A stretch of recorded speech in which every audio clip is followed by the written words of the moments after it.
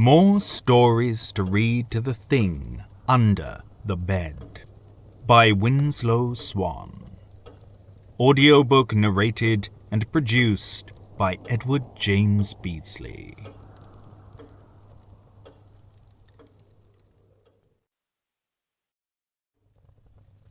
The writers are the gods. Chapter 1. Jake Stoker burst into the apartment, his gun at the ready. A thin bead of sweat dripped from his forehead as he braced himself for the firefight that was sure to follow.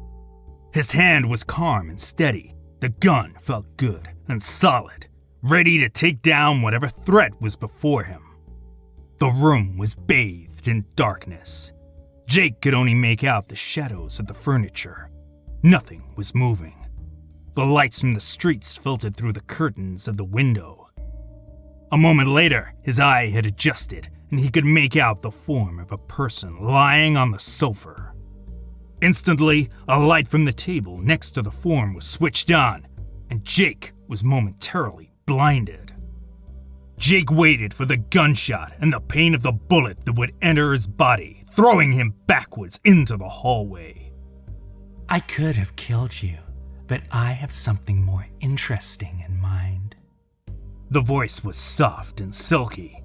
The body was stretched out. A thin leotard clung to the curves, and the long black hair hung down just below the breasts.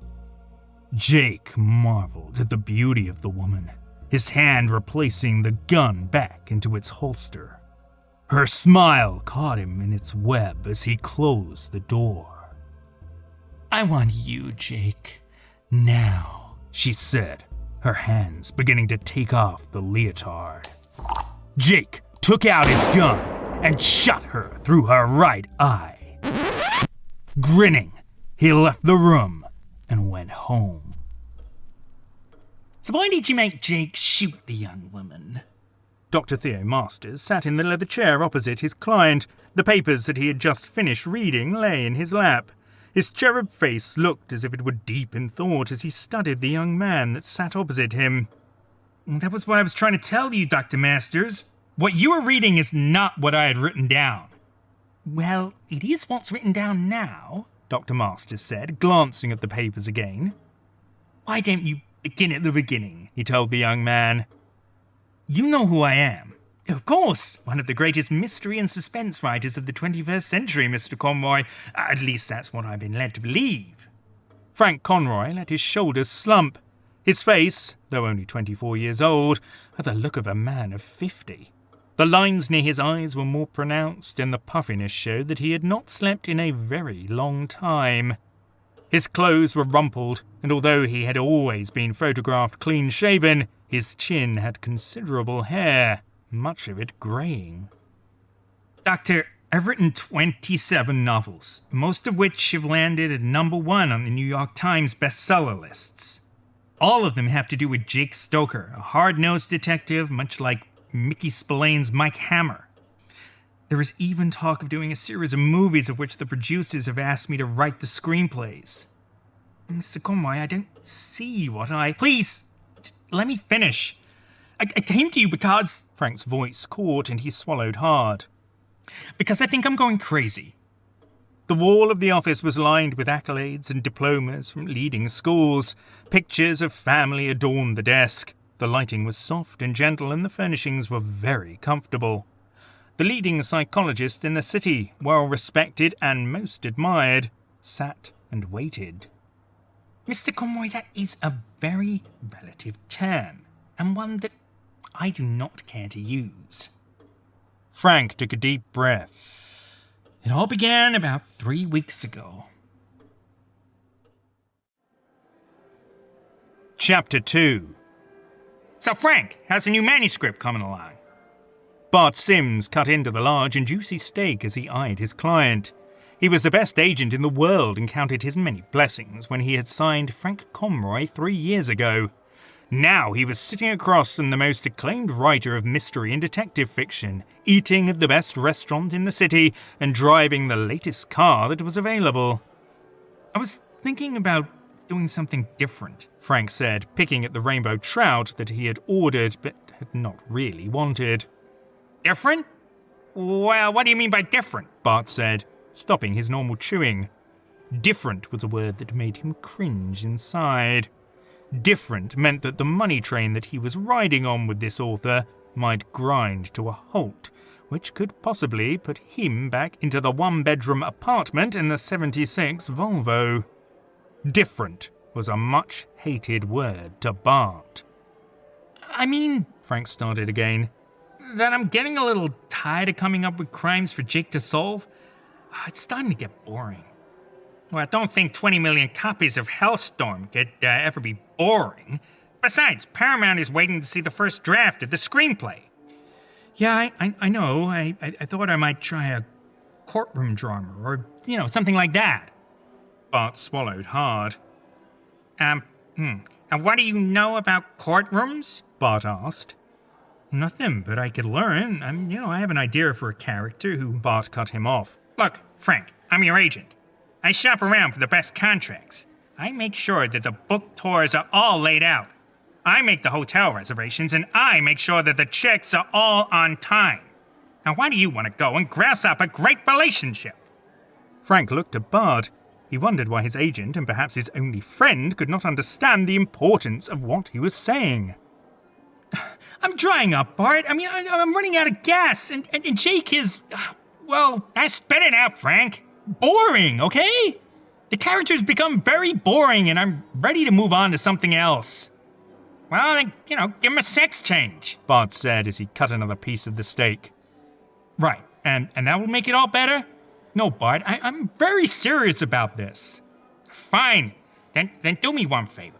Finish the screenplay and the new manuscript, kill Jake off in the end, and then you can write a romance novel for all I care. Thanks for being so understanding. Chapter 3. Frank sat at the antique desk that he had purchased with the very first royalty check. It had been something that he had always wanted, and with the success of the first Jake Stoker novel, Tale of the Tigress, he had been able to. With each successive book, the checks became larger, and eventually he found himself in a townhouse apartment in the higher-rent downtown area. The light from the computer glowed in front of him. Smoke from a Cuban cigar wafted up from an ashtray. He stared at the blank page from the Microsoft Word program. Only the title stared back at him. It wasn't that he was out of ideas. That was only the excuse that he had used for his agent. As far as excuses went, it was the best and the easiest one to use. Frank had a much bigger problem, and right now it was scaring the hell out of him. He closed the Word program down, moving the cursor over the desktop. He clicked on a document file which opened immediately. He read the paragraphs, the same ones that he had read the night before. It's not what I wrote, he muttered to himself. Chapter 4. Jake Stoker's jaw was set hard. His eyes were narrowed into small slits, and his features belied the storm that was brewing behind the face. I didn't have to kill her, he said. I just wanted to show you that you can't control me anymore. Frank stopped typing abruptly. He rubbed his eyes hard before glancing back at the computer screen. Wait a damn minute, he said as he reread his words. That's not what you're supposed to say. I wrote that you stare hard down at the dark alley, knowing the killer is waiting. Besides, you weren't supposed to kill the girl. Damn it, what the hell is going on? I told you. The words on the computer began to type out. You are not in control of me anymore. Face it, Frank. For 27 novels, I have been on the front line. I've been beaten, shackled, kidnapped, drowned, burned, shot. I don't remember how many times. And frankly, Frank, I've had it. Oh, man, this has to be a nightmare, Frank tried to reason. Look, you, Frank pointed at the screen. I'm the writer. I decide what you say, how you say it, and only me. You don't have any control here. In this world, I am God. Yeah, well, even God has his problems. And right now, You have one great big one. I don't want to do this anymore, Jake told him. Jake took the gun from the holster and set it onto the pavement of the street. He looked up into the sky and screamed, "I quit!"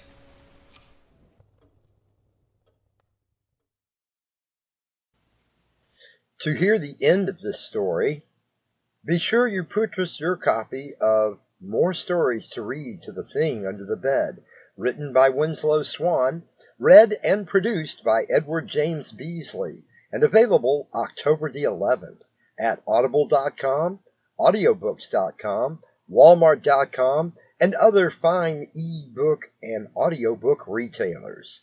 Sleep well.